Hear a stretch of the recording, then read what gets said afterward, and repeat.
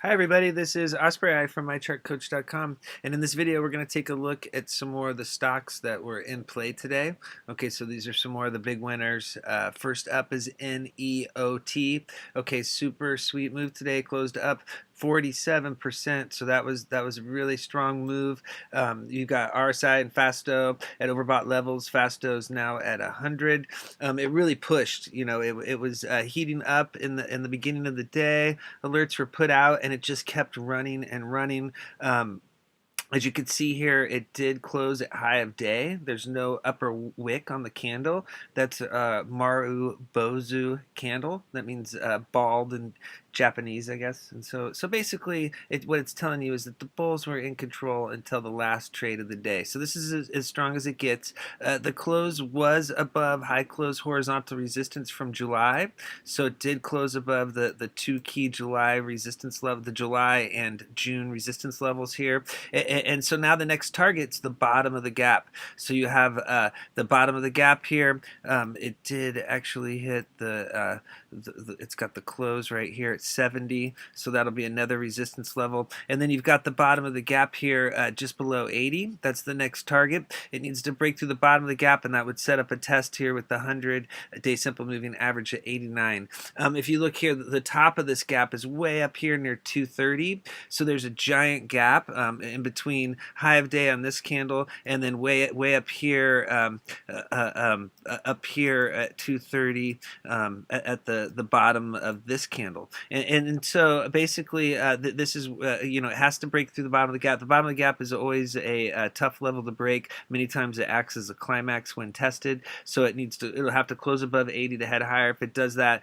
you do have the 300 and 200-day simple moving averages will be key levels to break as well. There's a really strong uptrend here that started back here in September with the close above the middle Bollinger Band. Notice that the candles have been staying above that level, and they also broke above the 50-day simple moving average at 40. So you have the middle Bollinger Band at 41 and the 50-day simple moving average at 40. As long as those levels hold, the uptrend is intact and should continue. EMA 13 has been the big support level holding on this chart, currently at 46. If you see a drop below that level, that'll be a signal the chart is cooling down. The candle today did push well above the upper Bollinger Bands. So if the candles do work their way back into the bands, 60 is a really big support level, just above 60, maybe 59, and then EMA 4 at 54. There was a giant volume spike today, and so really nice move for NEOT. We'll see if it can keep the good times going in the uptrend heading higher. Okay, let's look at BAA. Okay, this was a really nice move today, closed up 30%.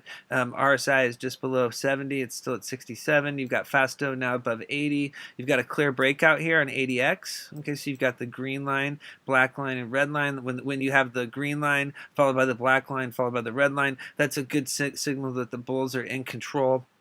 And so what's been happening on this chart is it's been in this really long downtrend since breaking support back here in April. So middle Bollinger Band support broke, and it's failed to get back above that level. It failed in June, and then it got back above down here in August, but it pulled back, and it's held the middle Bollinger Band, and it's turned that level into support. So it's got a nice uptrend going. It just traded in a sideways channel for the last several weeks, as you can see here.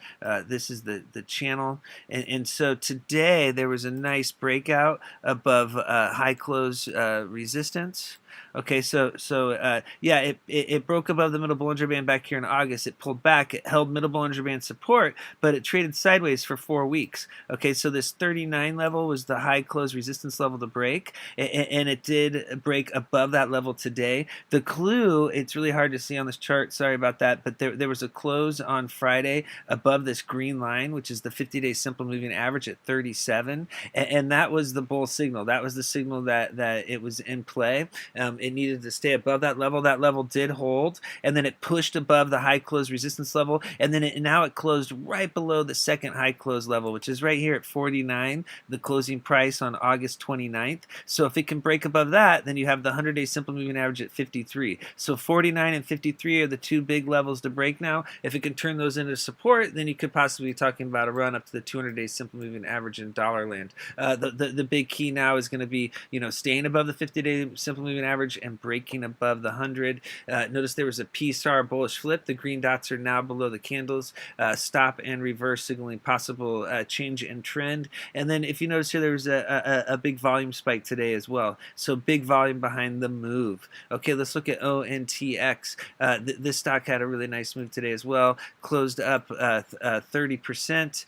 You've got Fasto down here at 65 after the pullback from high of day. Notice the long upper wick that formed on today's candle. Okay, so that lowered Fasto from overbought levels. And so the bullish move today was the break above the 100-day simple moving average at 189, and then the close above the 200-day simple moving average at 226. So that's the key level to hold, 226. If you see it drop below that level today, that's going to signal potential consolidation, and you can see it pull back into the Bollinger Bands. Notice that today's candle closed well above the upper Bollinger Band, so you could see that EMA 4 at 195 and the 100-day simple moving average at 189. This is the big support zone down here. So fail to hold this 226 level, and then you could see a drop down here to test 190. You know, that would be the crucial level to hold. To the upside, what bulls want to see is a break above this 300-day simple moving average at 247. So today, this gap back here did fill. There was a gap actually between these two candles. I had it wrong here. Down here is the bottom of the gap, and so this is the top. And so there was a gap between, or there is a gap on the chart between these two candles. Let's see here. Let me try this again. Yes, this is the top of the gap up here. It's lined up with the 300-day simple moving average, and this is the bottom of the gap down here. And so today there was a close above the bottom of the gap as well, and so bulls want to see that bottom of the gap level turn into support. Notice the long upper wick, it filled the gap today, so the gap filled, and so notice that back here the gap failed to fill on this attempt, and so there's still been the space on the chart. So today this was a climax type event. When the gap fills, many times that signals a temporary top. Notice how there was a big volume spike today. So there was the climax volume spike and the pullback from the key gap fill and 300-day simple moving average. Those are all key signals to lock in those gains. Now the trade's going to be either on a break above 247. If it can stay above that level, that'll signal upside potential, and then you'll be talking about a run potentially up into the threes, or the trade will be off of a bounce down here off of the $192 support zone. Okay, so yeah, a really sweet move here. It just has to turn that 200-day simple moving average into support to head higher. Okay, take a look at NSPR.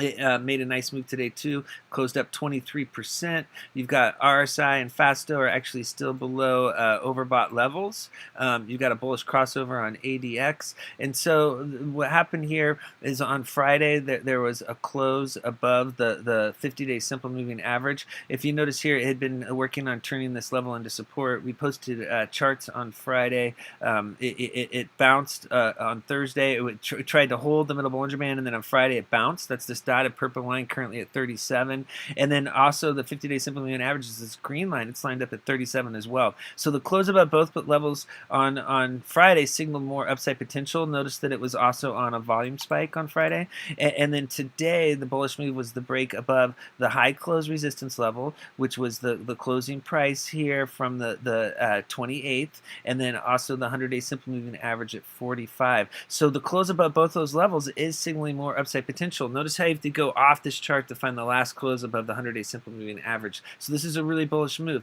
Now keep in mind, when it broke the 50-day simple moving average for the first time back here, it did pull back and test support. So it could do that again. You know, it did close well above the upper Bollinger Band. It had the pullback from high of day. So the big key now is going to be, can it hold 45? If it can hold 45, and notice you got EMA 4 right below at 43, that would be very bullish. It would signal more upside potential, and then we'd be talking about a potential run up here into the 60s to around 67, this high close resistance level. If it can get above that, then the 200-day simple moving average up here near $1. So, you know, turn the 100-day simple moving average into support, and you're talking about a potential eventual move up to dollar land. Drop back below the 100-day simple moving average, and you could see the 50-day simple moving average tested again. It really needs to stay above the 100-day simple moving average to remain super bullish and keeping the strong uptrend going.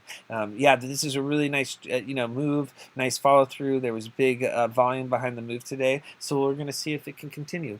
Okay, take a look at EPIX. Okay, this is a chart that is heating up. You need to keep an eye on this one. It's got RSI at 58, so RSI is in the bull zone with room to run till 70. You've got FASTO. It actually is down today, even though the share price was up 21%. It's down to 38. The reason why FASTO is down is because there was some big possible dilution today. Notice the upper wick on today's candle was way up here near 50, and then the share price drove all the way down to 35 for the close. That will lower FASTO, and so there is a lot of juice in the tank. There's room to run here until overbought levels, so that is the positive. Okay, you want to see a bull cross here on ADX. You want to see that black line cross minus DI, the red line to the upside. That would be a good signal the bulls are heating up.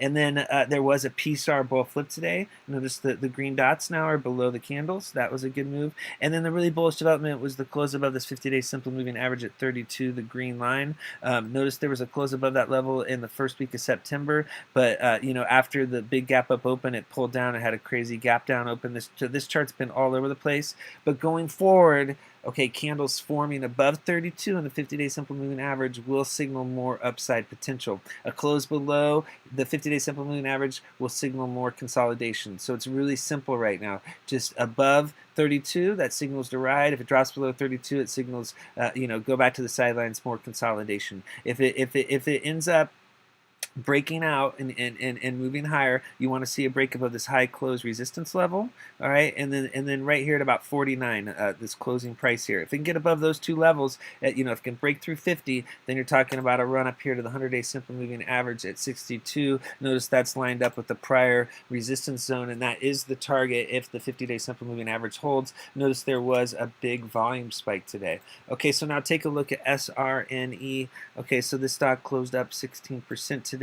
You've got RSI hitting 70. You got FASTO at 73. There was a bullish crossover here on ADX, so now you got the bulls clearly in control. Okay, so SRNE is we talk a lot about gaps. And so if you can really learn gaps, it's a great, you can learn how to trade them correctly, and then you can, it's a way to profit on a regular basis. And so basically, this stock is hitting the bottom of the gap resistance level. That's from back here. There's a gap between the low of day on this candle from back in April and then high of day on this candle. And so the share price actually, it closed just above the bottom of the gap. That's the first line. And then high close resistance, it started filling the gap. Is the second line at 210. So if it can get a close above 210, that's going to be your signal that this wants to head higher, and we'll be looking for a gap fill and a run up here to around $3. Notice that the top of the gap is probably around 290 or so, and then you've got the 200-day simple moving average at 296. So this is the next target. This is the target if it can stay above 210. If it drops below 210 and it fails to break that, it could be just like this former double top, and you could see it pull back and consolidate again. And so then you'd want to look for it just depends on your strategy. We won't get into that right now, but the bottom line is above 210 signals more upside, possible gap fill. If it fails to break 210, that signals more consolidation. Look at all those green volume bars in a row, and then a big volume spike today. So yeah, very nice move for SRNE. Really nice move for the markets. They're super hot right now for our penny stocks. I mean, we're just overloaded with good plays. Congrats to everyone that's been trading well. And this is a great time to be learning, to be studying these charts. I highly recommend join us in our chat for real-time study and real-time alerts, real-time educational information. Okay, thank you very much. Check us out at mychartcoach.com and our YouTube channel at mychartcoach.com for more charts and technical analysis.